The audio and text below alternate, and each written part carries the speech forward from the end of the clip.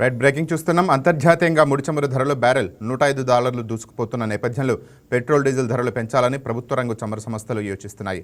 Petrol diesel రెండింటినీ మీది త్వరలో లీటర్కు $4 నుంచి $5 పెరిగే అవకాశం ఉందని చెప్తున్నారు. వంట గ్యాస్ ధరలు కూడా సిలిండర్కు $40 నుంచి $50 పెరిగే అవకాశం ఉంది. ఈ నెల 15 లోపే పెంపు ప్రకటన వస్తుందని అంచనా వేస్తున్నారు.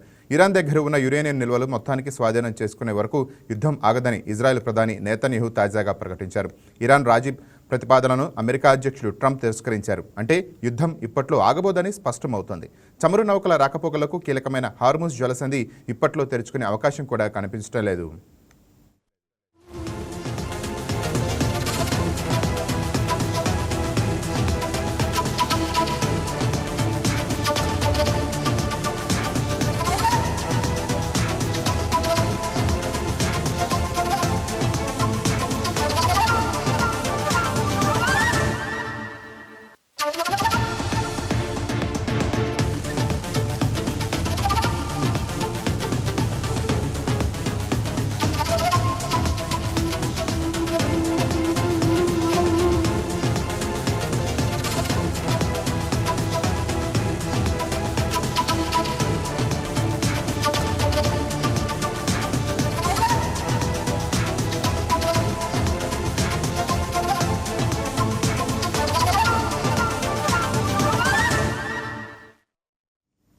ఈ నేపథ్యంలో సుదీర్ఘ అనిశ్చితికి ప్రపంచ దేశాలు సన్నద్ధమవుతున్నాయి. కేంద్ర ప్రభుత్వం కూడా చమురు ధరల భారాన్ని ప్రజల మీద వేసేందుకు సిద్ధమవుతోంది.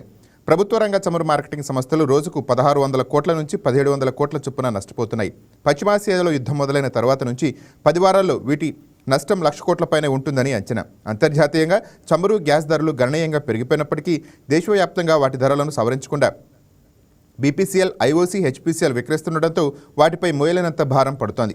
ఒకవైపు అధిక ధరల కొనుగోలు చేసి తక్కువ ధరలకు విక్రయించాల్సి వస్తోంది. కేంద్ర ప్రభుత్వం ఎక్సైజ్ సుంకాన్ని కొంతమేర తగ్గించింది.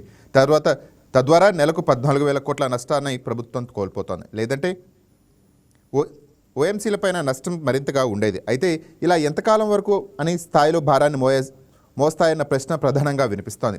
5 రాష్ట్రాల్లో ఎన్నికలు ముగిసిన తర్వాత పెట్రోలియం ఉత్పత్తుల విక్రయాల ధరలను పెంచవచ్చునన్న వార్తలు వినిపించాయి. అలాంటి ప్రతిపాదన ఏదీ లేదని కేంద్రం స్పష్టం చేసింది. కానీ పరిస్థితి చూస్తుంటే ఎంతో కొంత ధరలు హెచ్చుగా పెరక్క తప్పని పరిస్థితిని వినిపిస్తున్నాయి.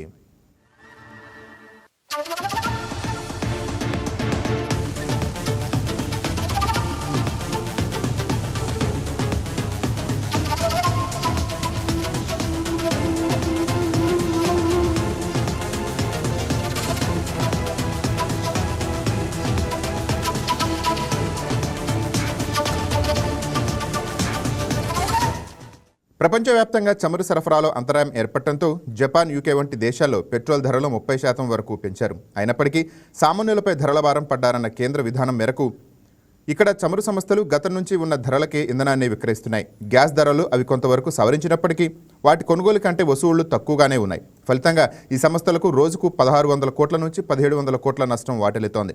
చమురు సంస్థలు సొంత ఆదాయంతోనే ముడి చమురు కొనుగోలు చేసి శుద్ధి చేస్తుంటాయి. రోజురోజుకు నష్టాలు పెరుగుతుండడంతో ముడి చమురు కొనుగోలు కోసం అవి అప్పులు చేయాల్సిన పరిస్థితి ఏర్పడింది. ప్రస్తుత పరిస్థితుల్లో ఇంధనం ధరల పెంపు అనివార్యమని నిపుణులు భావిస్తున్నారు. అయితే ఎంత మేరకు పెంచాలి, ఎప్పుడు పెంచాలి అనేది ప్రభుత్వ నిర్ణయంపైనే ఆధారపడి ఉంటుంది.